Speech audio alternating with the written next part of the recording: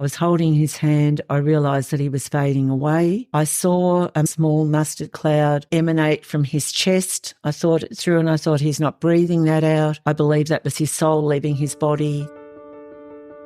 The only certainty in life is death. But when was the last time you casually spoke to someone about dying? After a close friend of ours died in February 2023, we had to think a lot about death and have many conversations about things we didn't even consider that related to his dying. This experience made me realise we need to talk about death whilst we're still living and learn from the stories of other people who have lived experience.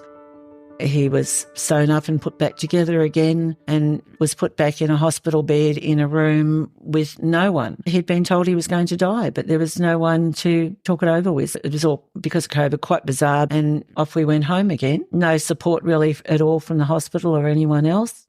My brain wanted to explode because I was raised in a conservative family, but somehow my heart and soul was a feminist. And my mum came from this really super conservative upbringing, and she was writing a will, and she made this decision that everything in the family, any financial benefit, went to my eldest brother because he was the eldest boy. And I just looked at my mum and I went, "You've got to be kidding me."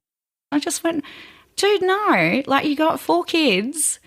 Just split it 4 ways." Or are experts on this topic.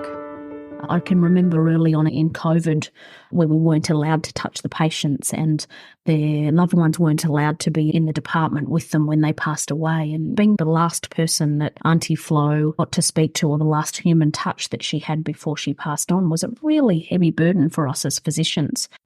When their affairs aren't organised, that can cause a lot of angst for the people left behind, wondering why they've been left with a lifetime's worth of possessions to deal with that nothing was dealt with beforehand. And often it's coming at a time when those people are actually quite bereaved and may not be at their full capacity, and they're needing to deal with this. Welcome to Don't Be Caught Dead, a podcast encouraging open conversations about dying and the death of a loved one. I'm your host, Catherine Ashton, founder of Critical Info, and I'm helping to bring your stories of death back to life. Because while you may not be ready to die, at least you can be prepared.